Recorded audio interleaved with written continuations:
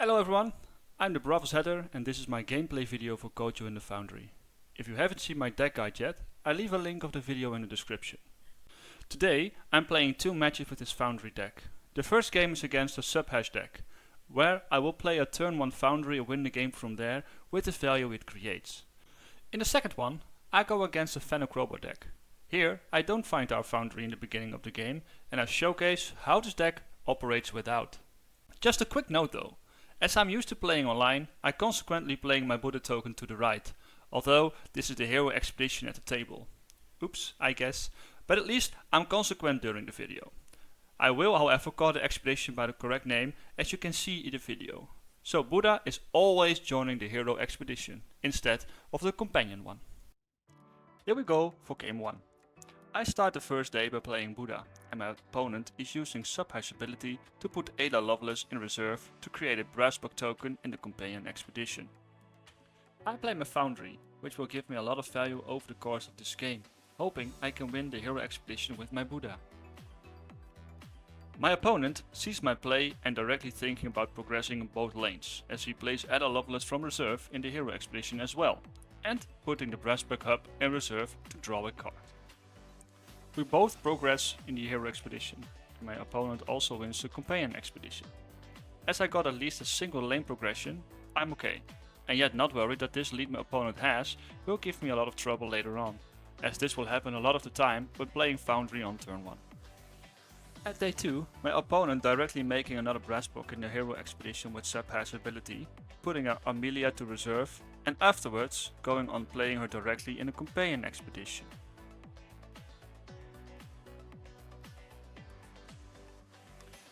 Here I tap Foundry and play an Order Spy. It also gets me that 1/1/1 token, both in the companion expedition. I sabotage the Brassbuck hub my opponent clearly wanted to play, as he passes the turn directly after, resulting in both winning a lane. In the end, I was thinking about playing a Salvager to get it into reserve to trigger its resupply next turn, but with Foundry on the field, I can get the resupply twice, so I keep it in hand.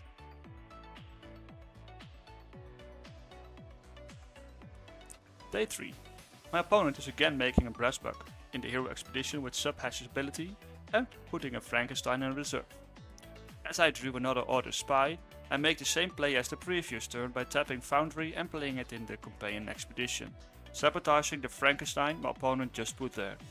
My opponent is playing a cheap card to see the rest of my turn, a Salvager in the hero expedition. After which I put my Order Spy from reserve into play in the hero expedition as well.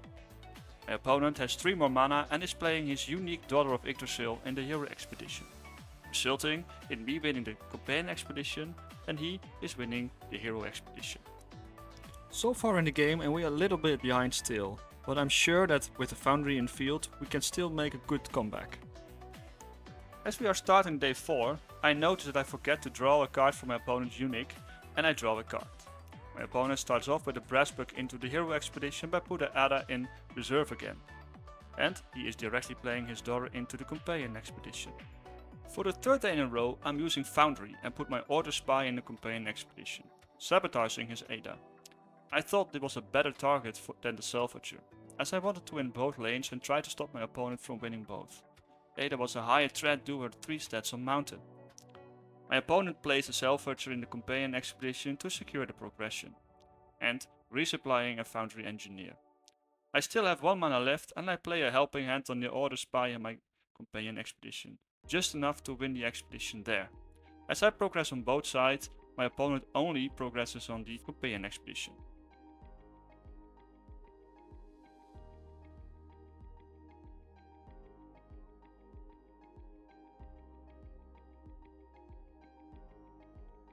As I'm the first player, on day 5 I play Buddha, and Subhash is creating yet again another Brassbuck, my opponent putting a Salvager to reserve.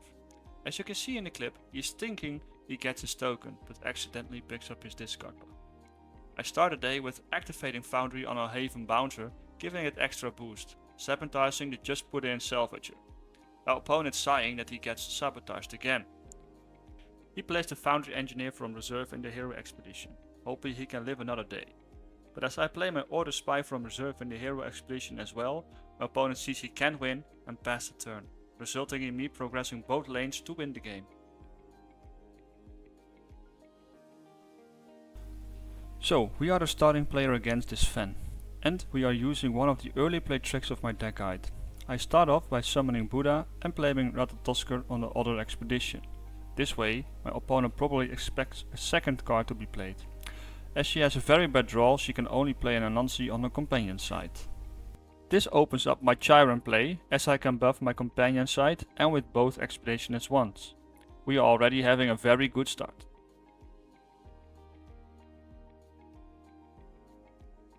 Day 2. My opponent is directly blocking my way with her Mighty Djinn, so I am off to play my Ratatoskr from reserve, to both winning an expedition each.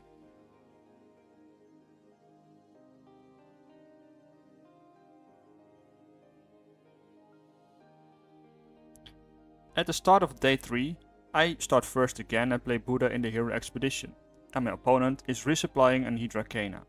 I directly play the Haven Bouncer, and there was little confusion about the sabotaging target.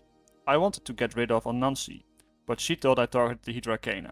As she understood I chose Anansi, she changed the card. Afterwards, my opponent still played an Anansi from hand, giving it 2 boosts from reserve and giving her 4/4/4. As I know I can't win the companion expedition, I play my Chiron on the other side, buffing itself, trying to secure the win there. My opponent playing the Hathor. She said I can play it or I can discard it during rest, it doesn't really matter, resulting in both winning an expedition.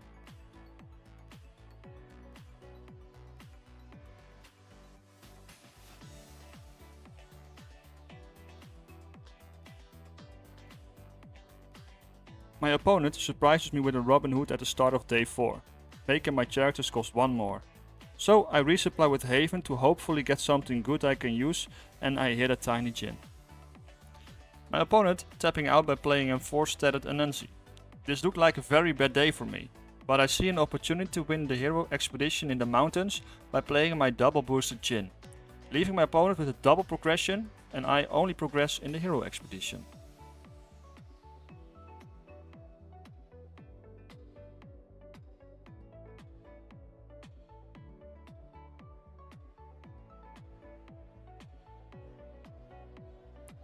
As I'm the first player again, I start off with playing Buddha in the hero expedition and a double boosted Haven Bouncer on the other side.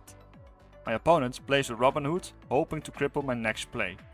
Lucky, we have a Mana Eruption, removing a card from my mana to discard the Robin Hood. My opponent spending all her mana and tries to stop me with the Croupier. That's aligning well with her stats. But I still have a Tracer to win both expeditions at once to win the game. Thanks for watching this gameplay guide.